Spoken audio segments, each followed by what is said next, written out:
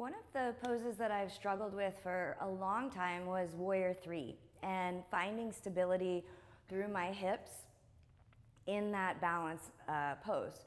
And so I've been doing what's called single-leg RDLs, which is a single-leg Russian deadlift with kettlebells, and it's been helping me out a lot, primarily for two reasons. One, the leg that you're balancing on, that knee is bent, and two, you have an object, a weighted object, that's counterbalancing you to help you get these diagonal sling connections that are often so hard to find in Warrior 3 when your legs are straight.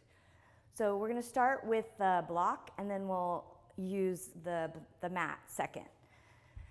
The first variation, you can have your left foot forward, right foot back, and the block is on the inside of your left foot. And this would be where the kettlebell would go. And then take your left arm out to the side for balance. You want to get pretty low so that you're loading up the left hip, and keeping your elbows straight, you'll come up to hover your bottom foot and then sweep it back and place it back down. So this is a modification. Let's do a couple more of those. Coming all the way upright, trying to balance, and lowering down without your left knee caving in. Then we can add on. So we'll go the same way to come up,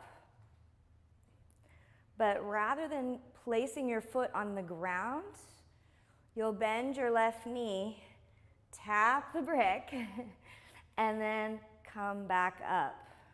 So I'll do a couple more of those. So the left knee bends, you tap the brick, and coming back up.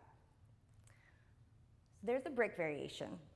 The mat variation is where I like to add some variability in, so it's sort of floppy and disorganized, which is a good thing. And you're just going to choose, so let's do the other side just for variety's sake. So left hand holding the mat, right foot on the floor. Let's go right into tapping the mat on the ground and then coming back up. And you can see that this is my not as stable side. You can, of course, put your foot down at any time. But let's switch it up a little bit. So where else can you tap the mat? So exploring different places around you, bending, oops, there I go, lost it with the back foot. Bending the right knee, but forcing your body to explore these different places and angles. Because when you fall, you don't fall and land in a Russian deadlift or Warrior 3.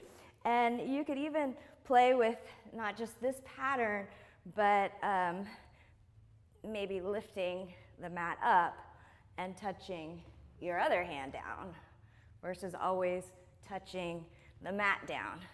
So you get the idea. Woo! Make it up.